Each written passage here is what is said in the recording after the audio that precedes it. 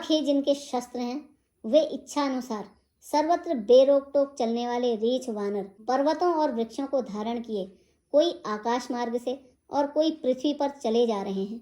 वे सिंह के समान गर्जना कर रहे हैं। उनके चलने और गरजने से दिशाओं के हाथी विचलित होकर चिंघाड़ रहे हैं। दिशाओं के हाथी चिंघाड़ने लगे, पृथ्वी डोलने लगी, पर्वत चंचल हो गए और कांपने लगे, समुद्र खलबला उठे। गंधर्व, देवता, मुनि, नाग, किन्नर सब के सब मन में हर्षित हुए कि अब हमारे दुख टल गए।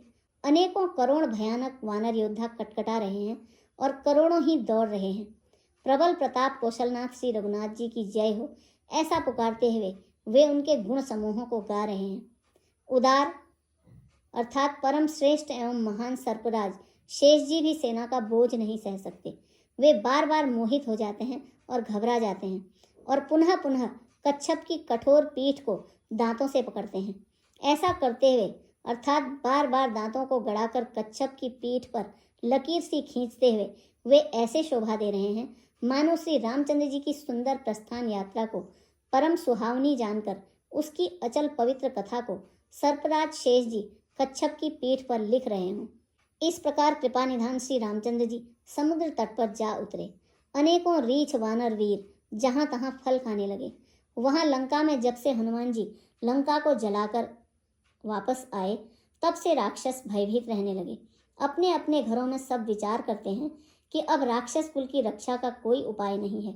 जिसके दूत के बल का वर्णन नहीं किया जा सकता, उसके स्वयं नगर में आने पर कौन सी भलाई है।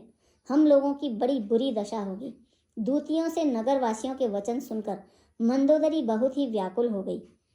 वह एकांत में हाथ जोड़कर अपने पति रावण के चरणों लगी और नीति रस में पगी हुई वाणी बोली, हे प्रियतम, श्री हरि से विरोध छोड़ दीजिए।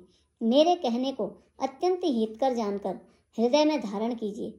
जिनके दूत की करने का विचार करते ही राक्षसों की स्त्रियों के गर्भ गिर जाते हैं, हे प्यारे स्वामी, यदि भला चाहते हैं तो अपने मंत्री को बुलाकर उनके साथ उनकी स्त्री को भेज दीजिए। सीता आपके कुल रूपी कमलों के वन को दुख देने वाली जाड़े की रात्रि के समान आई है।